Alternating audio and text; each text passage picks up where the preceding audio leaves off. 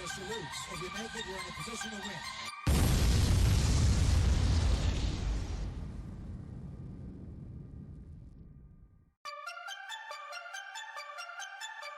Gonna go for two here. He's going for two. If you don't make this, you lose. If you make it, you're in a position to win. Caught him!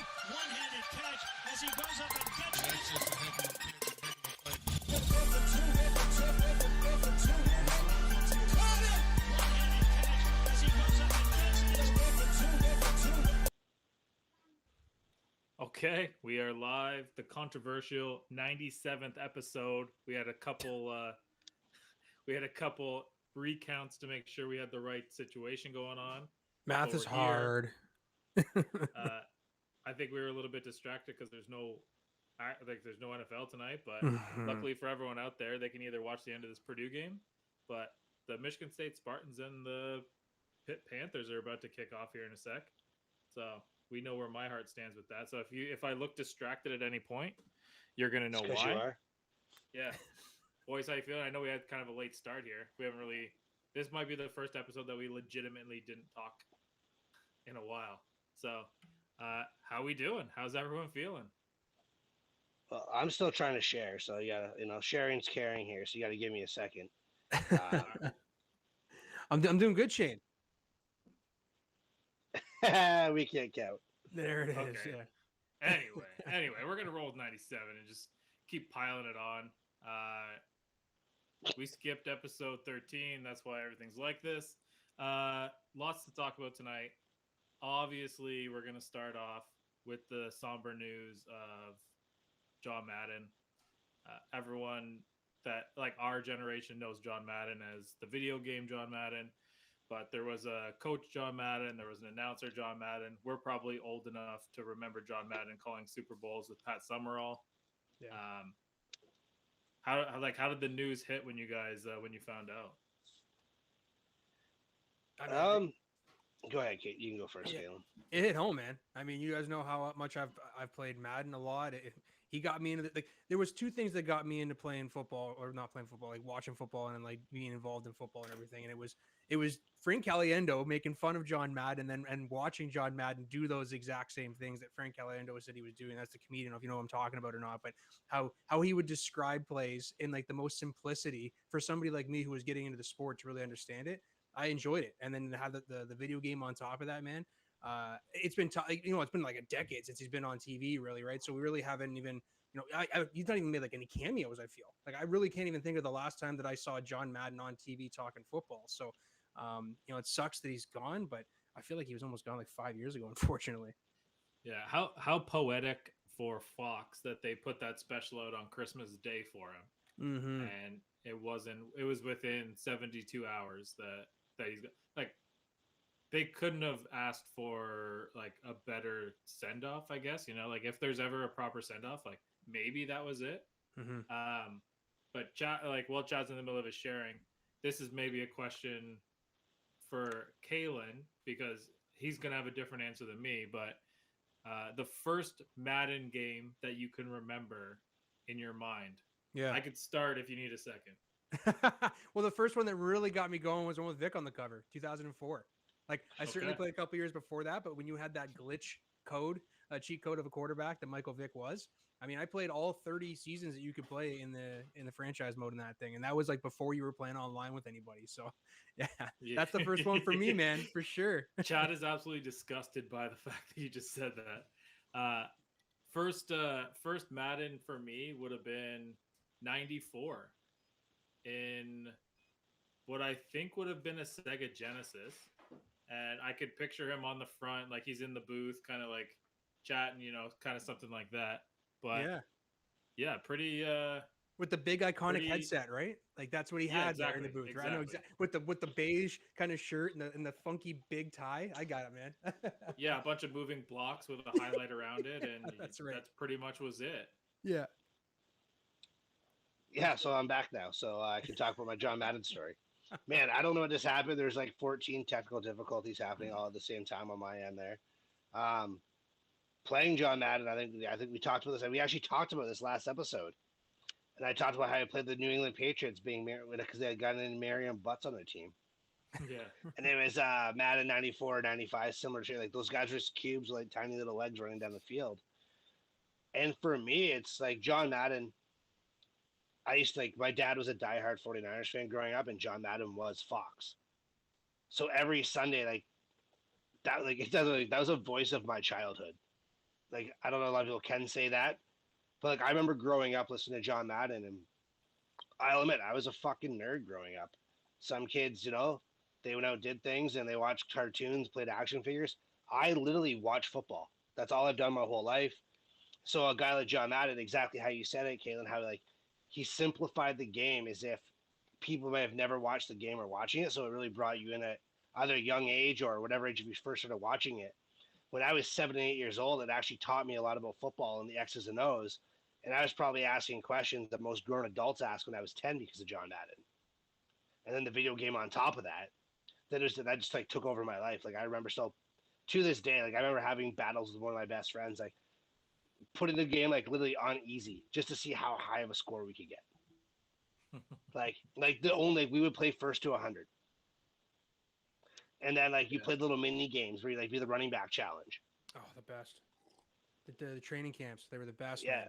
They're the pocket passing drills and the sack on the quarterback. Those are the best. Absolutely bringing back memories, man. All nighters in high school. I get it. And then like I read the book Mom's basement. Yeah. And like I remember I read the book Badasses, and it was the story of the 1970s Raiders. And like hearing the stories from those guys and like how John Madden was just one of the boys. Times were a bit different then though, right? Like the coaches couldn't drink their players. Like they were telling stories about how they like rip like motorcycles through hotel lobbies. Oh shit. And it was in Oakland. And then no one cared.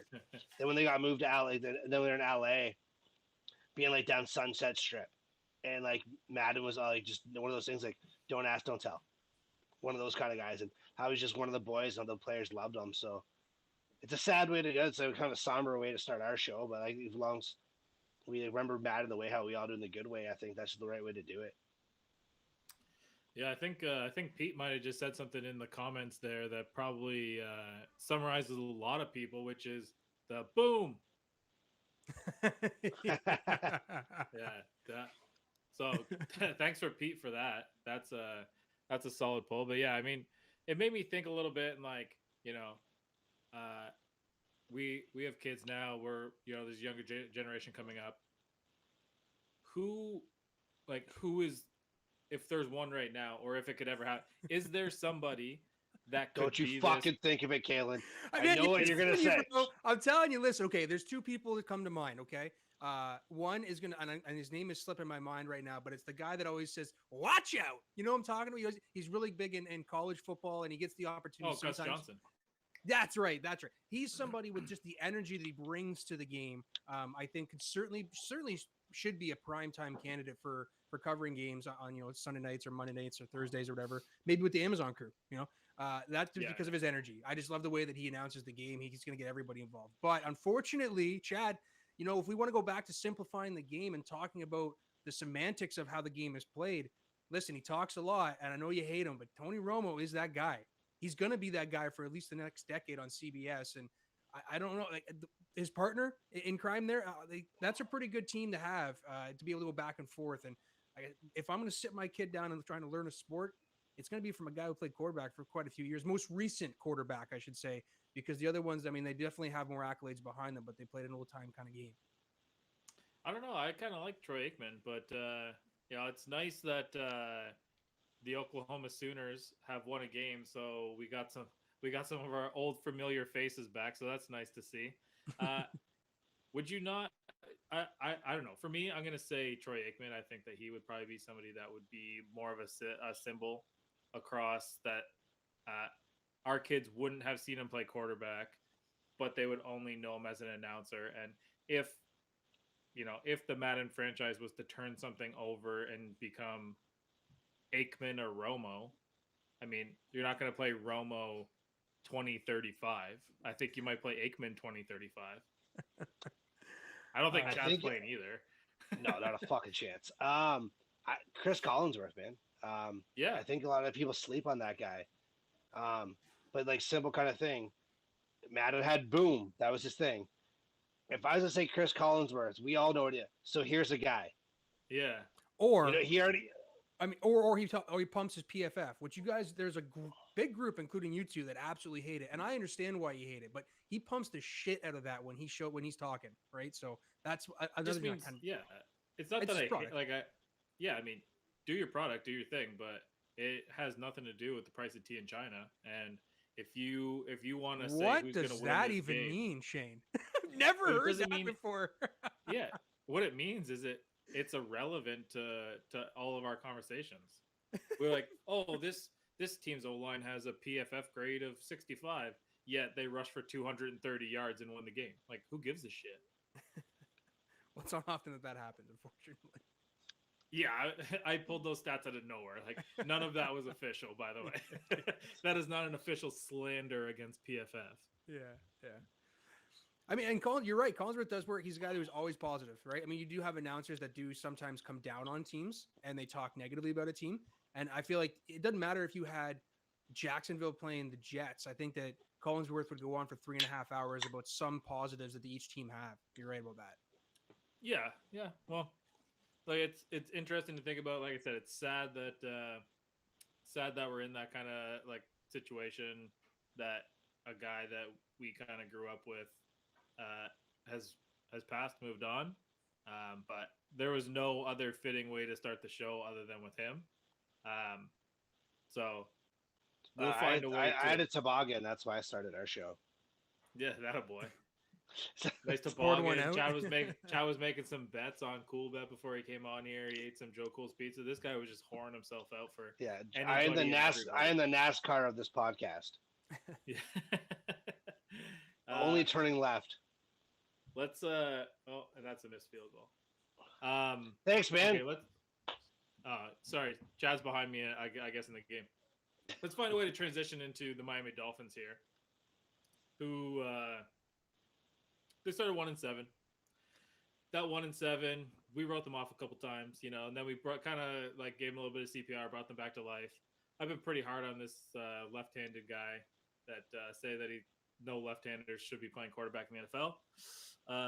I took that back a couple weeks ago because he does seem like he's not too bad at playing, at least over the last 7-8 weeks.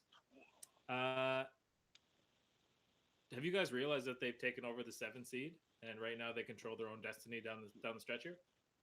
Oh yeah.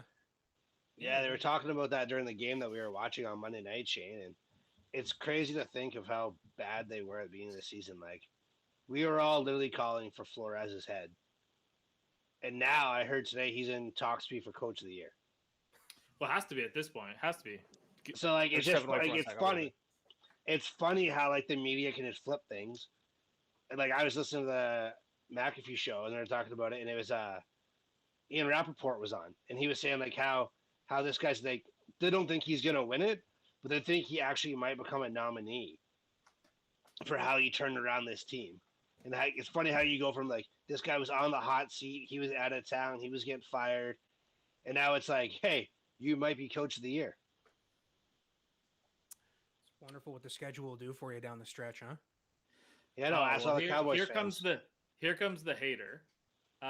The realist, some would say. You're gonna have a lot of time to talk about your Tennessee Titans because that's probably the biggest game of the week based on playoff implications.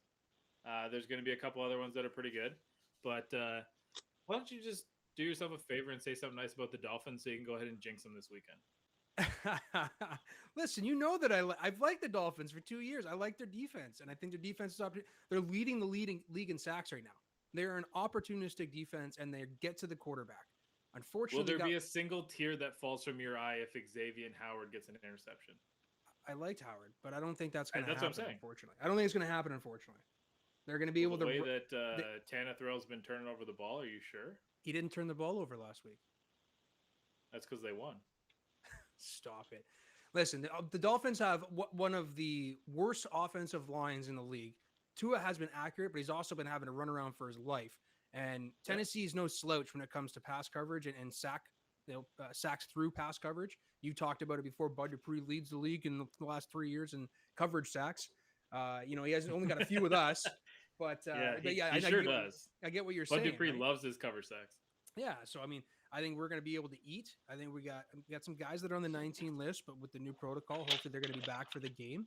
And we're playing in Tennessee again, man. And after Logan Ryan's comments, I'd be nervous. Be nervous for them. When it comes down to it, I actually want Tennessee to win this game, and like we're going to transition into this game here because that is the next thing. And like I said, I do think it's probably the biggest game on the docket as far as seeding would go, because this is gonna give Tennessee the ability to lock up their division. It's also going to give the Dolphins a chance to maybe solidify themselves against a proper opponent. I know that you've been pretty critical of who they've been playing, but in Tennessee. I agree that they definitely would have the upper hand, but Miami's had a little bit of magic and they've been playing defense, and the way that they're blitzing, I think that you probably need a little bit of a stronger O-line, and that's kind of the weakness right now because of the 1-9 and because of the injuries that are floating around in Tennessee. So there's a reason this thing's only at 3 points right now. They're only giving Tennessee 3 points right now. Here's what I'm going to say. Another big home field advantage that we have. There's been a lot of talk throughout the year of the Titans field and how it hasn't really been, unfortunately, up to par for some games. Some teams have let other teams know, hey, you're going to want to change your studs going into the game because you're just not going to use your plastic ones. Where's that? I think that game that you're watching right now, where's it being played? Probably at Tennessee. I'm pretty sure it's in Nashville. I know there's a game either tonight or tomorrow that's in Nashville. And it's been pouring rain there all week. This is the Music City Bowl, so I'm going to go with it's this one. There you go. So it's been pouring rain all week. That field is going to be choppy as shit come Sunday. You got a visiting team coming in who hasn't had the opportunity to walk up and down that field and actually see what it is until a couple hours before game time. So there's another big advantage I think the Titans are going to have. It's going to be a slippery game. And when we talked about getting to the quarterback with, sacks and stuff, you have to have proper footing to get off the jump there. And I think that the Dolphins may, unfortunately, feel the home field advantage the Titans have. They'll see what that grass is all about. So Miami plays on grass, do they not? They do. But it's the worst weather in the world. What worst weather? Really? I don't think they would really. Humid I don't weather. think they would play through a lot of the rain. Mm-hmm. But So I've seen a Miami game against Pittsburgh and like a rainstorm where you couldn't see your hand in front of your face. They didn't even have it on TV because they couldn't properly broadcast it.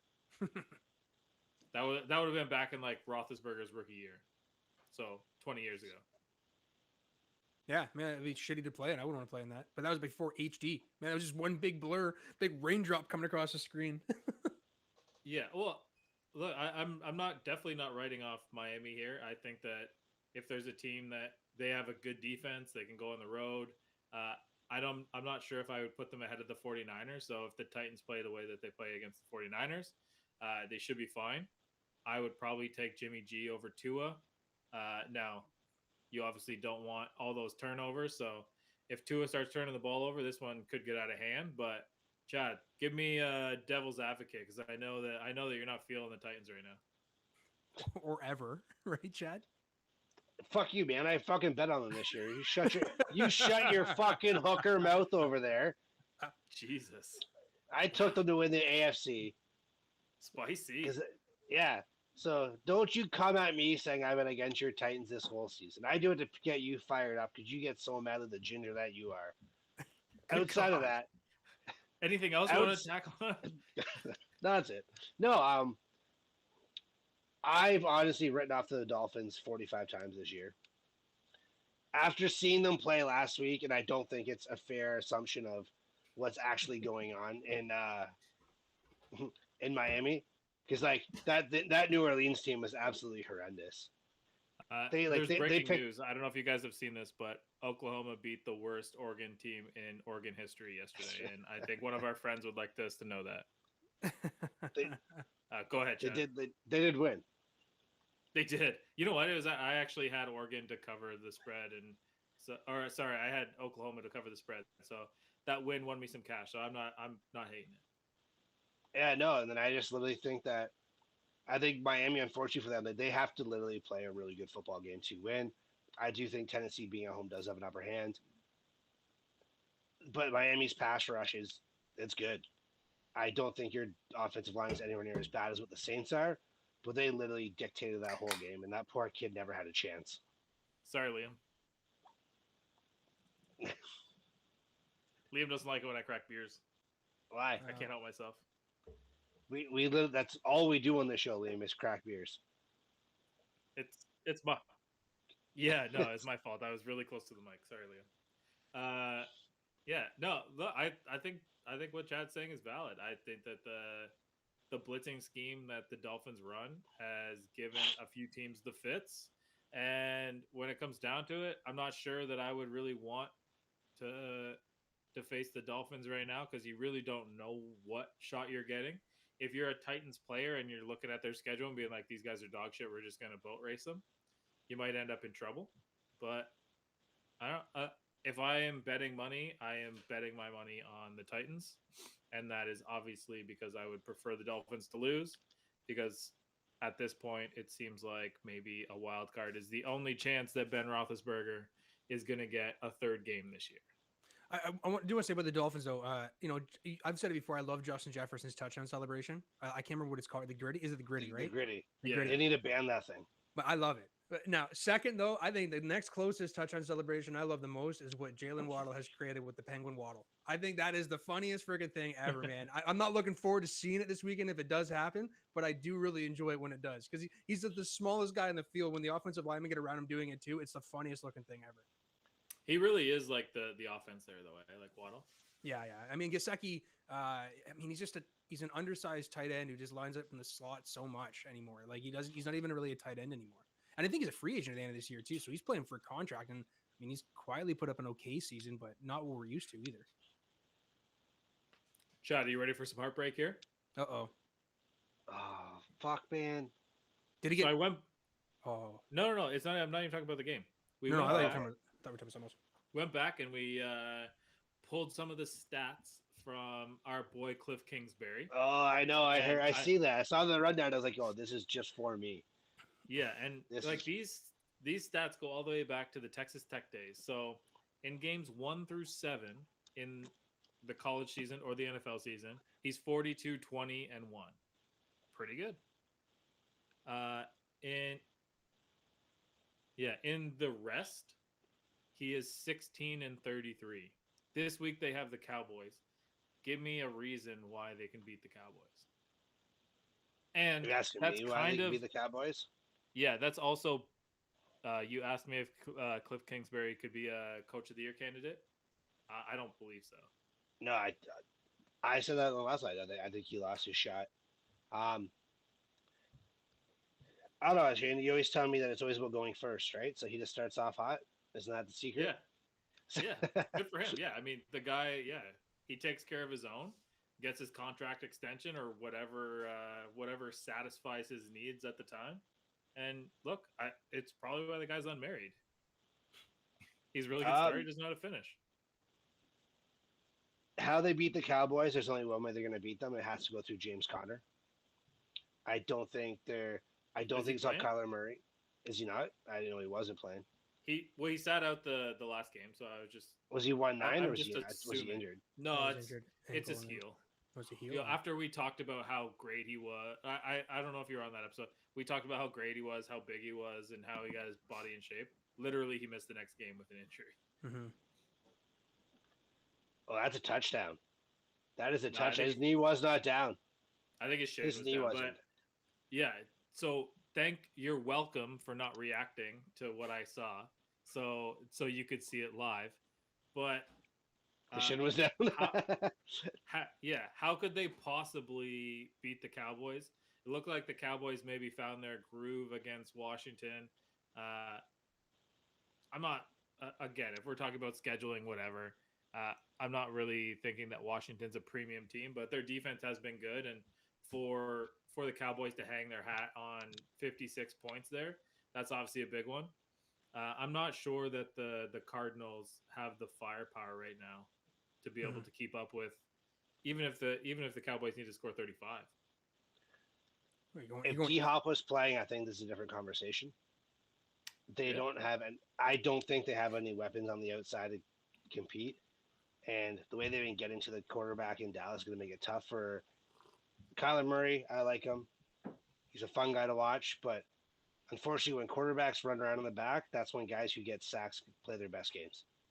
Right. There's there's one way to beat guys who get sacks. You get the ball out of your hands. And if you're gonna run around and play in the backfield, you're gonna get hit. You're gonna get sacked. You're gonna okay. Officially not a touchdown. But yeah, so I think it's gonna be tough for the Cardinals to win, which kind of sucks. 'Cause I was going hard at the Cowboys last week, and I said they've only ever beat slapdicks. So hopefully I can eat my own. So I really hope that the Cardinals get it done. Their defense is still really good, and I think I Chad think was it's a trying good. to refer to him eating his own dick, but he almost that's weird. I just think the Cowboys they're finally gonna get their match, and I guess it's a good test. We can see who they really are. Yeah.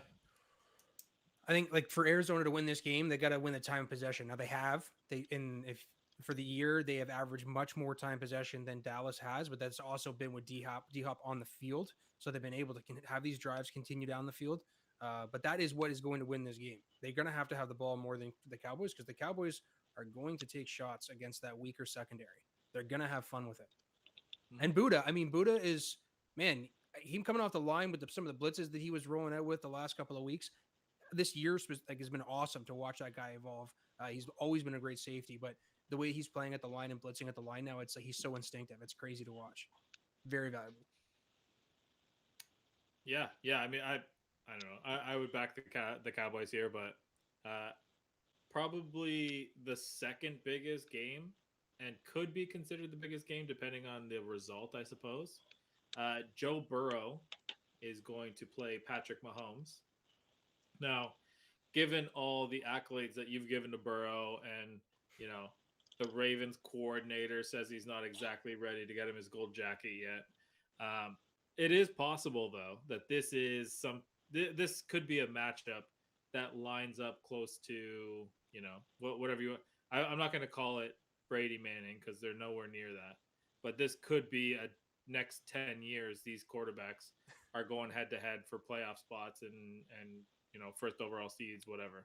Oh, sounds like Shane might be sipping the juice over there. I like it, buddy. Talking about Burrow being in a playoff race against the Chiefs for the next decade or so. It's very likely. The Bengals every 10 years have a playoff race. They just don't win any games.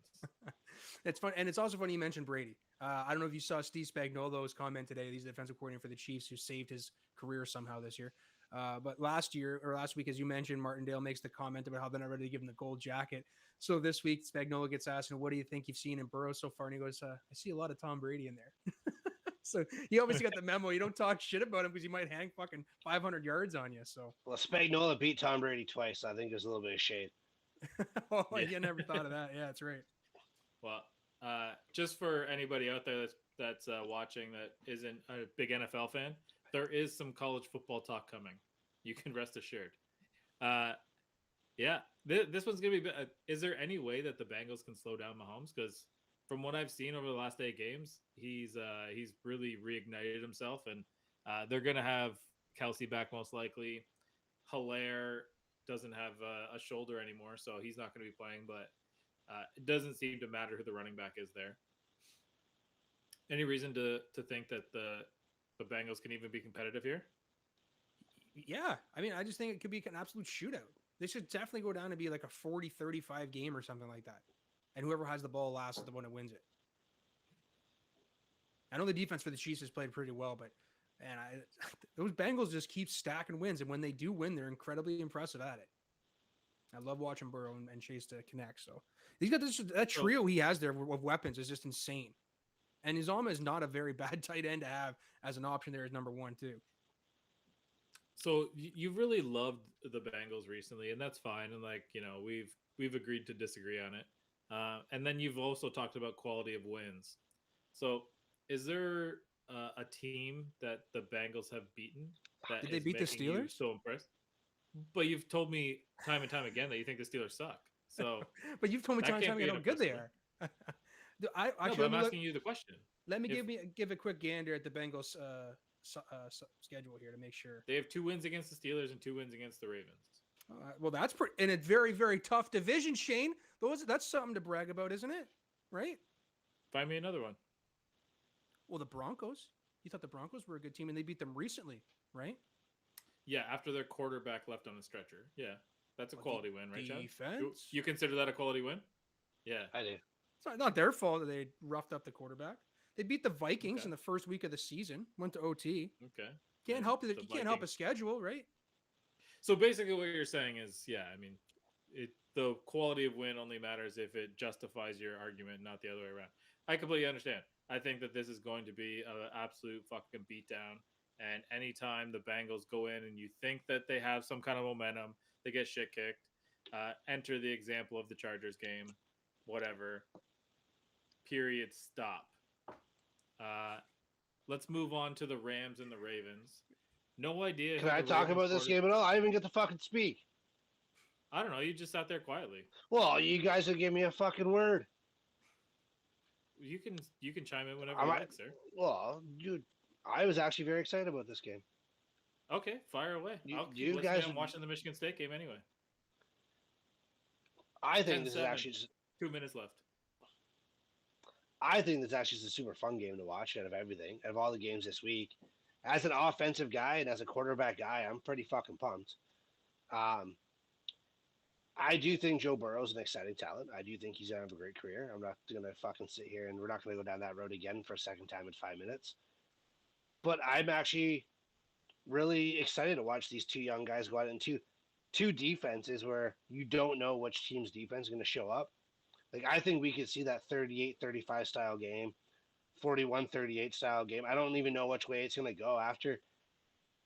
I don't think the Ravens are a horrible team. I understand they signed Josh Johnson that week, and they still put up 20 points on the Bengals. So that leaves me to believe that Patrick Mahomes is probably do better than that. And I just think Joe Burrow and the Bengals doing the exact same thing with the Chiefs. And I want to see this Chiefs defense. I think they need to be tested more and more and more against good offenses. They're going down the stretch of the playoffs. We were super hard on the beginning of the season. They've definitely turned it around. And they're getting turnovers now, which is the big thing. And I want to see if they're going to continue to do that against Joe Burrow, because he has had issues not throwing interceptions this year. He has thrown 14 or 15 interceptions. But he's also played a lot better in the last couple of weeks. So I think it's just a super fun game to watch as a quarterback and offensive guy. And I think if people were going to pick a game to watch this weekend, I think that'd be the one I would choose. Yeah, I'm pretty sure it's at. Is it 4:30? Is it the 4:30 kickoff, or is it at 1 o'clock? I think it's 1 o'clock, and it's like the entire country's getting it too. I was looking at like the announcers and everything. It's like the entire country's getting that game. That's the big Is one. Tony Romo calling it? Yep, sure is. I'm Yeah, not- so I'm Chad's not- not that'd Chad's be not on gonna be mute. watching it anymore. Yeah, that'd be on mute. Just Yeah. tune into the local radio station, chat. That's what you can do. That might be better for you. Well, I don't know. Like, I gotta watch the game in delay, and then the radio also on delay. That'd be a fun thing to watch. It'd be like watching Chinese subtitles. Well, we'll see how With we'll see how what- weird New Year's Day gets, and how much we watch the Rose Bowl, because there's gonna be, Chad and I have a little tradition for New Year's Day where we like to watch a little bit of college ball and see how much cooked we can get, but we'll leave that for later on in the show. Sorry, did you get your appropriate amount of time to talk about Patrick Mahomes? Oh, I could I go don't- off for fucking days. I don't want to move on. No, you're allowed. Okay. As I said, going into this Michigan State-Pittsburgh game, I told you I didn't think that they had a quarterback that could do anything. Well, their quarterback decided to have a little scramble and is now on the sideline in a sling. So they are now on their fourth quarterback. Jesus, what's the spread in that game? It was 2.5 to Michigan State. Right now, Michigan State's up 3. So Are you insulted by that? Call it a wash. I think they just stopped him on 4th down. So I don't want to get too buried up into that game, because I don't think there's a lot of people at home watching the Peach Bowl right now, except for probably us and people in the Sooner Nation.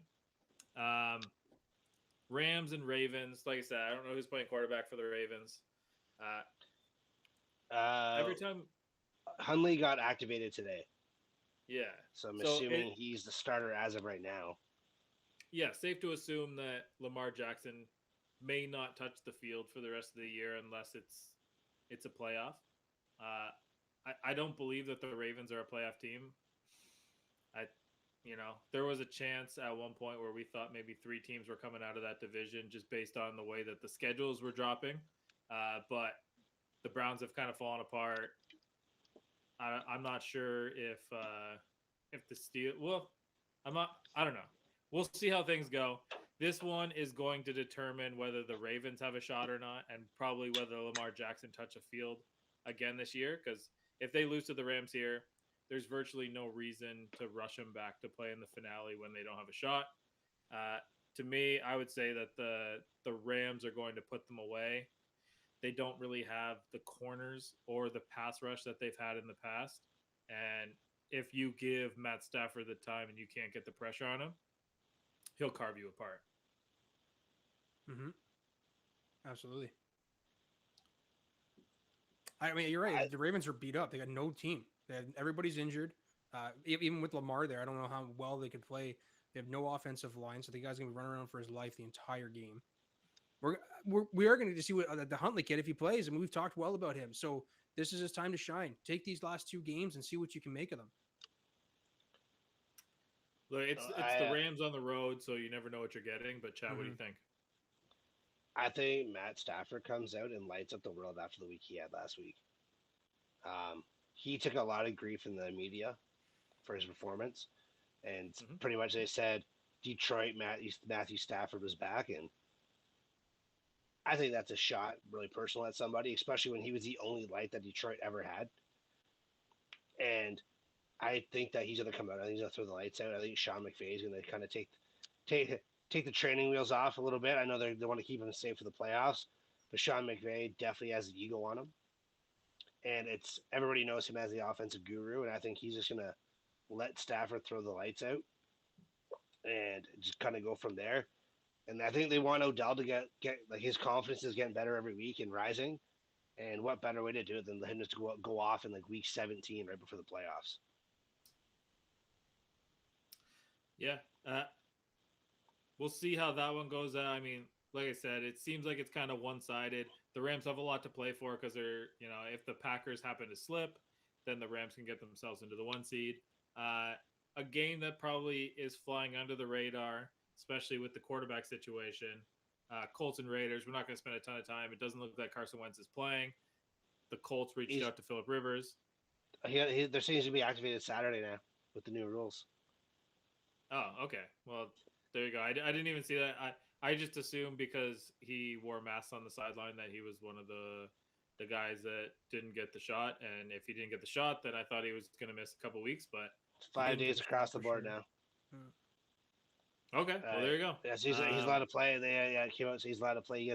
He comes off the list Friday. So that explains. Or Saturday, sorry. That explains why the spread wasn't so disrespectful to them. Because when I looked at it, I saw it and it still had the Colts -6. I was like, Jesus, they really like Sam Ellinger apparently. And yeah, they activated Darius Leonard's to be activated tomorrow, so they'll both be active. Leonard's already activated. They already got activated today. Oh, he didn't Taylor, get you might know the schedule better than us. Is this Colts game? Is it a 1 o'clock or is it a 4 o'clock? The Colts game? Yeah. 1 o'clock.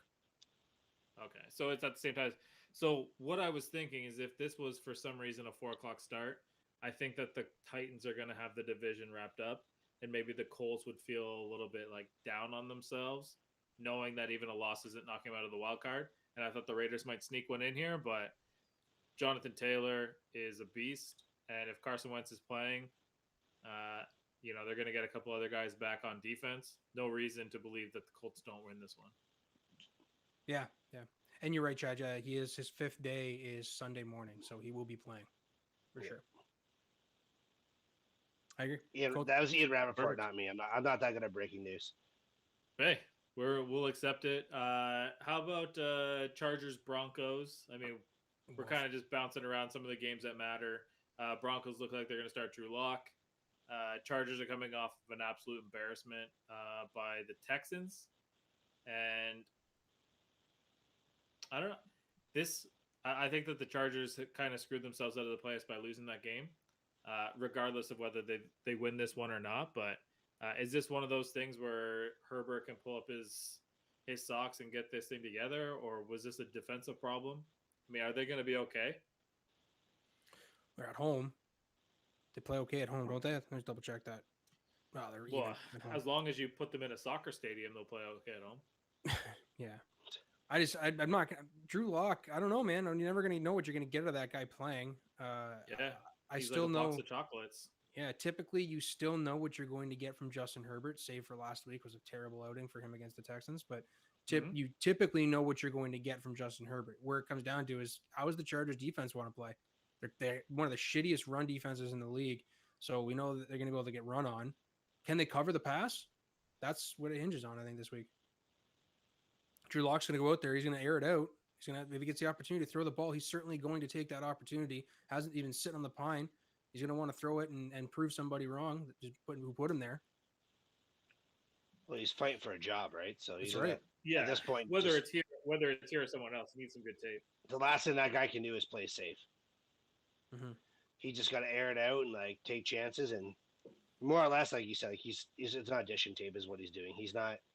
I don't think he's going to be in Denver next year. I think a quarterback is on the docket for them to look at to draft, and you're not going to keep Drew Lock there with a rookie quarterback, especially if Teddy's still there.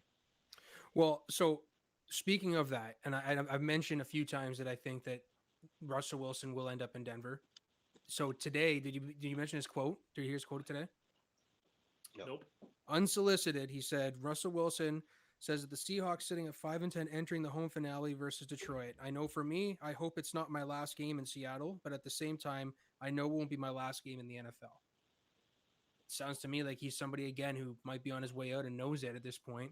Sounds like a couple of quarterbacks have been making comments like that around the league, but that just kind of opens the door to me even You're more. A fucking asshole.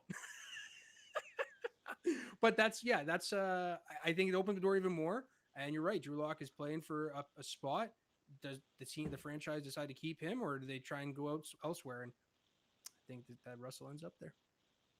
I think time is just going to be the expiry date for Drew Lock. I mean, he's going to play a game. He's going to play on a team next year. He's probably going to be a backup or a practice squad quarterback for a team next year. But this is year 4 for him, I believe, or year 3. But there's no commitment because he was a second-round pick, not a first-round pick. There's no reason to believe that the Broncos have seen anything into him because they've continued to try and bring in other quarterbacks around him. So I think this is Drew Lock's last year in Denver. Russell Wilson makes a lot of sense. Whether it happens or not, who knows? But I do not appreciate your backhanded remarks. It's going to be a tough enough day on Monday without it. I can imagine, buddy. Yeah, 18 years. Like, we were still in high school when this motherfucker started playing for the Steelers. So let's kind of put a dig at Chad here, because Chad's about to have a big loss too. And whether it's an offensive or a defensive coordinator, or one of these guys from the Cowboys, which seems like they've already written off, the Jaguars are not stepping outside too far out of the state to hire their next head coach. So Byron Leftwich makes way too much sense, right?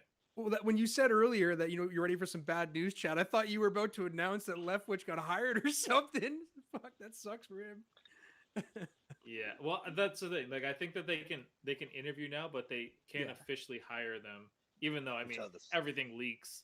But Chad, you've prepared yourself, right? Like, Byron Leftwich, there's no way that he's. Well, Kalen brought this up a couple days ago, and I was like, it actually makes a lot of sense. The ties go there. The only way he would not go is if there's a handshake agreement between him and Bruce Arians and the Tampa Bay Buccaneers that when Arians leaves that he is a predecessor. That would be the only way he wouldn't go, I think.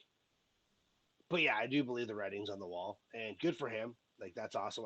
I would never want someone to stay if they were getting an actual promotion. Like, you're going from being OC to the head coach. It sucks because I don't want to fucking lose him. I think he's a great OC.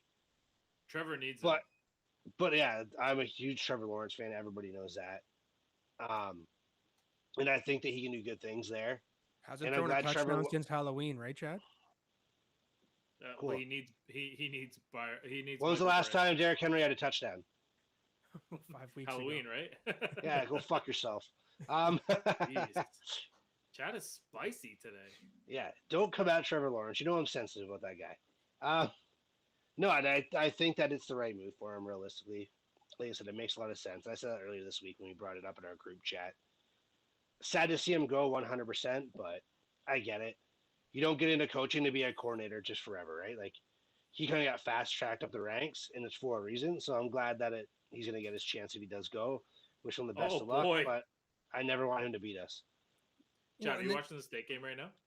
It's right now they're showing me the 3 keys of victory, so I'm assuming one of them's coming soon. There's a catch coming up right here that will make you so happy to be a former quarterback, but I'll let you enjoy it in real time. Go ahead, Kalen. I know you're about to say something. Yeah. I was gonna say, well, Bruce Arians, he got 1-9 this week. Is he actually coaching this week or not? Yeah. So if he's not coaching, is this Byron's game? Is he the be all that ends all this week? No, it's one of Bruce Arians' like longtime go-tos. I don't know his name offhand, but no, I think it's Brian. It's probably the assistant head coach. I don't know his name, but it's not Byron Leftwich. I actually was shocked too when it wasn't Byron Leftwich, but at the same time, obviously they know what they're doing down there and they have a good relationship, and it is what it is. But that's one hell of a fucking catch. Yeah, see, right? I was going to say you didn't have a problem with a coach going to another place if they were getting a promotion out of it. If they were like going to a better school, did you have a problem with that? Oh my god! It's a lateral move. Where did LSU finish in the ranks? Where the fuck did LSU finish? Promotion and program, I guess one would say. Yeah, stop it. That is the most ridiculous thing I've ever heard from the guy that finishes 6th in the Big 12 every year. Like, you're going to finish 10th in the SEC for the next 25 years of your life. So. It'd be nice to be part of a conference. They're in for a lifestyle of Arkansas. Arkansas football is about to be replaced by Longhorns. Like, you're about to lose a fucking Vanderbilt every single year. Like, you're aware of that, right?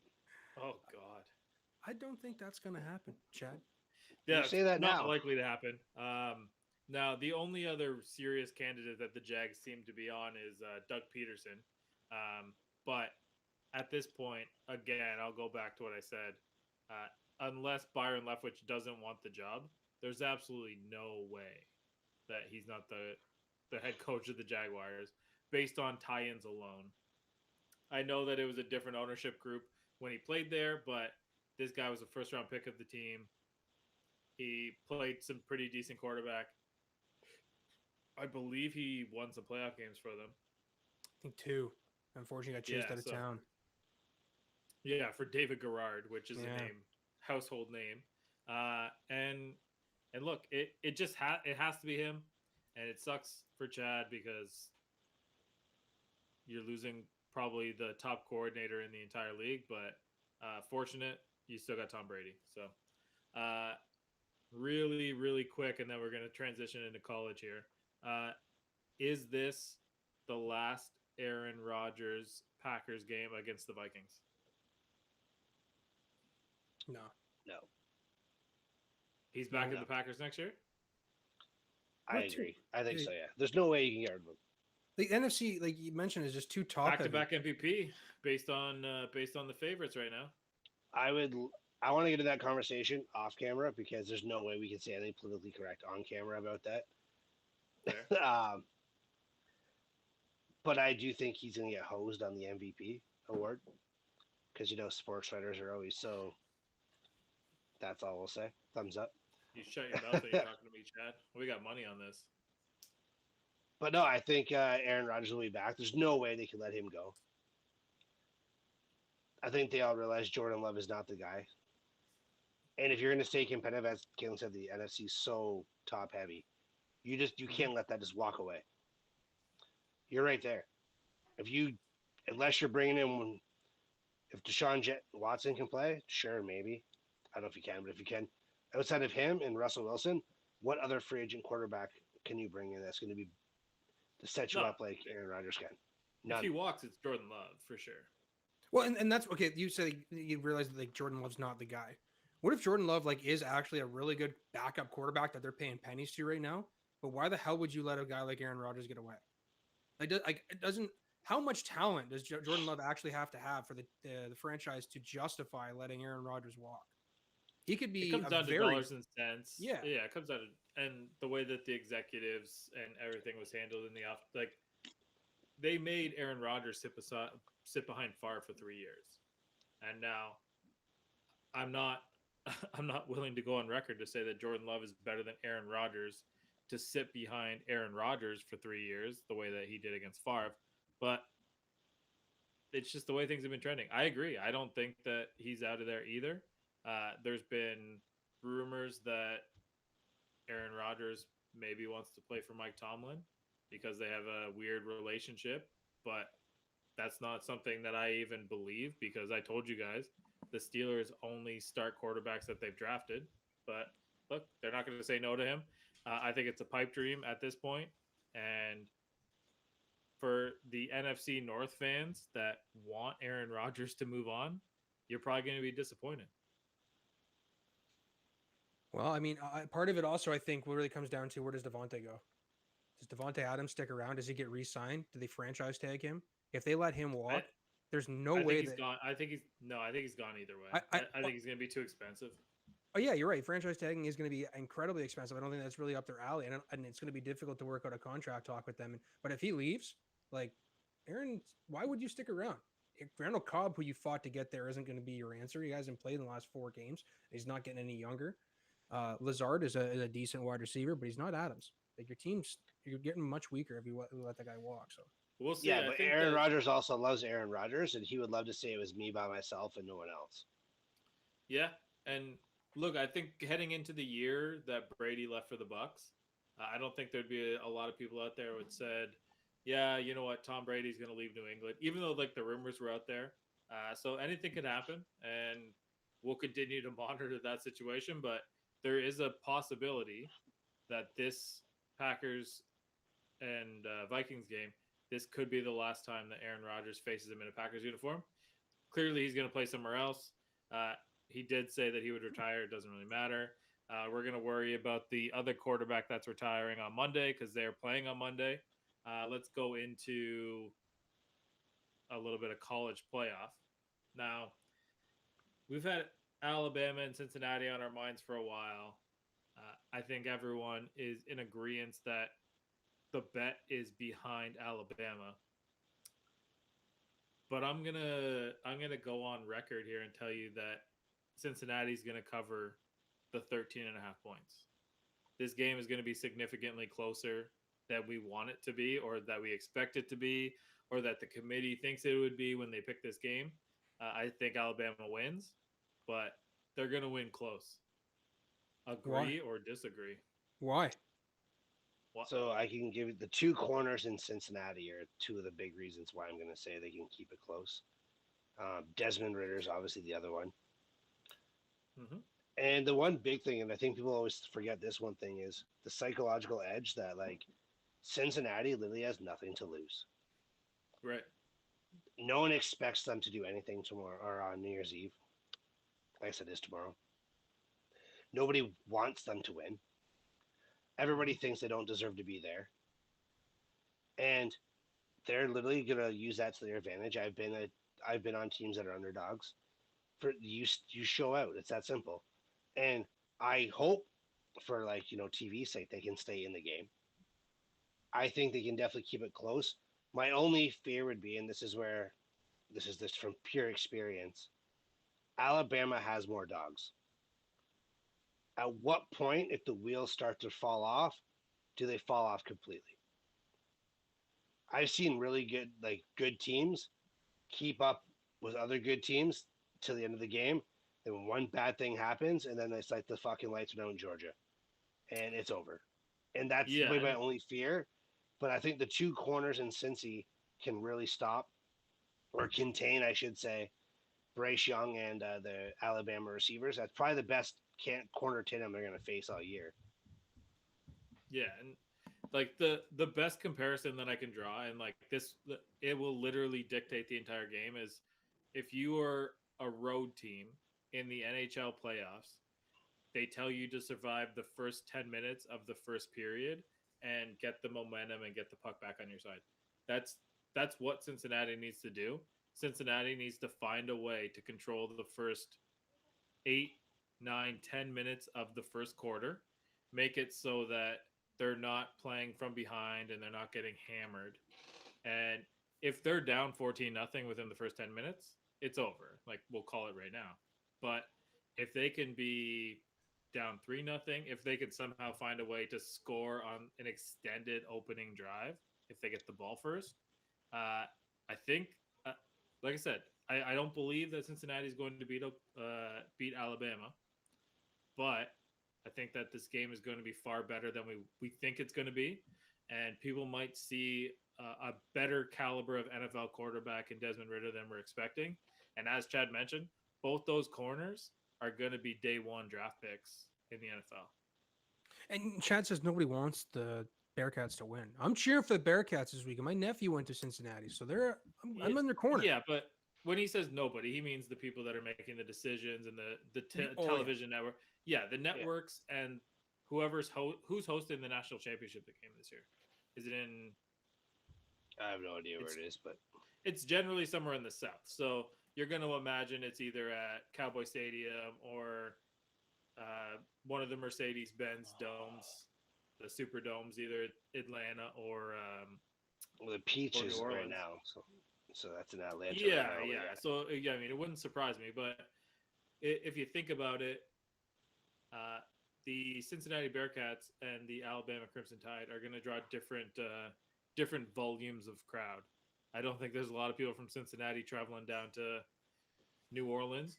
There will be some, but Alabama will make sure that place is packed out. It's Indiana. And Indianapolis. Here's the transition, and we're going to talk about these games kind of simultaneously. And Chad, I'm going to need you to smack me the next time you see me, but Michigan's going to beat Georgia. So I said the same thing in my notes. Oh, I can't. It disgusts me. I'm so disgusted. I literally started trying to make notes why Georgia was going to win, and I was like, fuck, like, I actually think Michigan can win this game, and I think they will win this game. Yeah. And it just, it pains me to say this. Sky is falling, eh? Oh, I feel ill. Yeah, it makes no sense, but we are going to get to a point where it's Alabama and Michigan in the final, and I think that that's going to lead us to a fantastic episode 100 because Chad and I are going to spew so much Michigan hate. It will be probably our most watched show. But here I am hoping right for now, Cincinnati Michigan final. And that would probably be the least watched final in NCAA history. No, if Cincinnati makes the national championship for some reason, they will probably have one of their lowest ratings they've ever had. And that's not even a shot at 100%. Cincinnati. It's just realistic. Who doesn't like a Cinderella story? Literally all of America. Yeah. Shane, Chad, you watched the March Madness. Yeah. I also watched Rocky, but everybody knew Apollo was going to win. Look, so Chad and I guess are both lockstep on this Alabama Michigan final. Are you honestly saying Bearcats Michigan final? I think Michigan has turned some heads this year. They've made some noise when they needed to, and I trust them. Like, I know Georgia's a really good team, but something about this Michigan team, and I hate Harbaugh. I hate to say it too, but I think he's going to be able to get them to this championship. And I'm just cheering for Cincinnati only because, like I said, my nephew. But I mean, I would watch that game. I think it'd be interesting. Well, look, I'm a junkie, so am I. Yeah, I'm not saying that, but I wouldn't just watch it because I'm a football junkie. I think I would watch it just because it's two teams that probably aren't going to get that kind of coverage. Well, Cincinnati for sure. Michigan still gets coverage, but like teams that not necessarily get prime type coverage over the next decade. Michigan is the most prestigious team to never win a national championship. Well, that's what I'm saying. Like they still get coverage, they still get prime time, but like Cincinnati, they're not going to get that. So let them have their 15 minutes of fame. Alabama's had 20 years of it, not 20. You know what I mean? Yeah. So participation rate for Cincinnati, thumbs up. Yeah, they would be undefeated. They deserve it. It would be more entertaining for Cincinnati to play Georgia just based on the bowl game from last year, but the transition will be like we'll see how those things play out. New Year's Day is the games that, Chad obviously wants Notre Dame to beat Oklahoma State. Haven't paid too much attention to that, so we'll let him break that one down. For me, I'm going to tell you that the Rose Bowl, as much as it's Ohio State and Utah, is going to be far closer. And I'm almost convinced that Utah is going to win the game because the two top receivers for Oklahoma or for Ohio State have opted out, and they are both going to be first-round picks in the NFL this year, Olave and Wilson. And there's something about that Utah team that doesn't give a fuck about rankings. They don't give a fuck who they're playing. And 6.5 points to Ohio State right now is where the line sits. I'm going to probably take Utah plus the points, and I might even take a couple sprinkles and put it on the money line because I think that the Rose Bowl is where weird stuff happens. And Ohio State, it's a disappointment for them to play in the Rose Bowl. They want to be in the national championship game, but it's an absolute thrill for Utah, and that's where I lay. But you guys let me know. Is there something else on New Year's Day you're looking forward to? Yeah, Notre Dame win. It's that simple. Who are they? I don't playing? care what happens the rest of the day. I know, Shane, you already know Oklahoma that. State. Yeah, not a fucking chance. But I will say, Oklahoma State has a phenomenal defense. That is the only way they win this football game. And I can't believe I even said that a team in the Big 12 has a defense. That's painful in itself to even say. But they've never played an offensive line like Notre Dame's. And it's the one thing people always don't think about in the game. A lot of guys who watch football on TV and talk, our guy, like we send NFL first day and second day talent to the NFL every year on the offensive line. They haven't had to face that. They're going to find out really quick what happens when you do. It's awesome that you led the country in sacks. Cool, but you haven't played an offensive line like ours. We have Michael Meyer, who's going to own the middle of the field, and Austin Young can stretch it. And Jack Cohen's good enough. Is good enough. And if we want to run the ball, we bring in Tyler Buckner, and then it changed our whole offense. And that's why we're going to win. Our dogs up front on offense and defense are going to win this game. It won't be our skill positions. It's going to be ugly. It's going to be a beatdown, and we're going to grind the fuck out of a Big 12 team, and that's what Big 12 teams don't like to do. Yeah, I mean, we'll see how it goes. I think the Oklahoma State team is maybe a little bit better than they've been given credit for, and if it wasn't for a bad loss, they might be looking at a playoff seeding. But look, that's why they play the games. And Kalen, do you have any New Year's Day games that you're looking forward to? Well, you guys name the good ones, for sure. But the Penn State Arkansas game. Penn State has shown up in games that are big and important all year long that they needed to win or to make a statement. And Arkansas has had some pretty shitty losses throughout the year. They're still a ranked team right now going into the bowl game. This could be the game that they get their asses kicked by Penn State, and Penn State makes some noise going into the offseason. And Ole Miss playing Baylor. I think That's Ole gonna be Miss fun is to watch. Their high-flying offense versus Baylor, who I believe is the top 5 defense in not only just the Big 12, but in all of college football. I think that'll be a lot of fun to watch. The spread right now is sitting at 1.5 to Ole Miss. I think that this is going to end up being a boat race one way or the other. And Happy New Year to you too, sir. Do you think this game makes or breaks Matt Carroll's draft stock? I guess we can talk about this. I guess it's too late to talk. We can't talk about after this, but I know we're going to get an OT here, and Liam probably wants us to shut up. But yeah, well, that's the problem, right? We don't have a kickoff that's stopping us here, so we just kept rambling like assholes. But is this going to affect his draft stock? I think that right now he is probably a late first-round pick. When it comes down to it, if he balls out here, could he move himself up? I think he'll do more in the draft process than the actual game itself, but it could definitely. He's a first-round pick. Could he make himself the first quarterback pick? Potentially, but I think that based on what we're talking about, if Ritter does what he does, then I think Ritter might make himself the first quarterback pick. But I'm happy to let him slide because, like I said, as of Monday might be the saddest episode that I've ever been a part of. Probably need one of you guys to console me halfway through this thing, but It's only because you missed a few Steelers losses this year. So it's gonna be the What saddest are you one, being a right? piece of shit for? I don't. I gotta get my Dude, shots in. It doesn't happen too often. Come on. First off, You it don't- is our jobs to be assholes to you. There is Yeah, a you do script not behind kick this somebody show. while they're down. We have structure here, Kalen. You don't just get to go Yeah. rogue on us. Yeah, you do not kick somebody when they're down. This is an 18-year career that's about to come to an end. Final home game. So if you want to sit over there on Ryan Tannehill's Tennessee turnovers, you can fucking do so. But what I could tell you is, unless you can name me the last time that the Titans beat Ben Roethlisberger, we'll sign off right here. Okay, good. We'll sign off right here. And make sure that you subscribe to the YouTube. Check out the Facebook, Instagram. I've been electric on the picks right now that we've been posting there. So I think anybody that's been following has been making a little bit of money. Chad's been fading me, and that's why he's been losing money. But boys, cheers. Here's to a happy new year, last episode of the year, and Yes, sir. we will we'll pick this thing up for Ben Roethlisberger's farewell tour.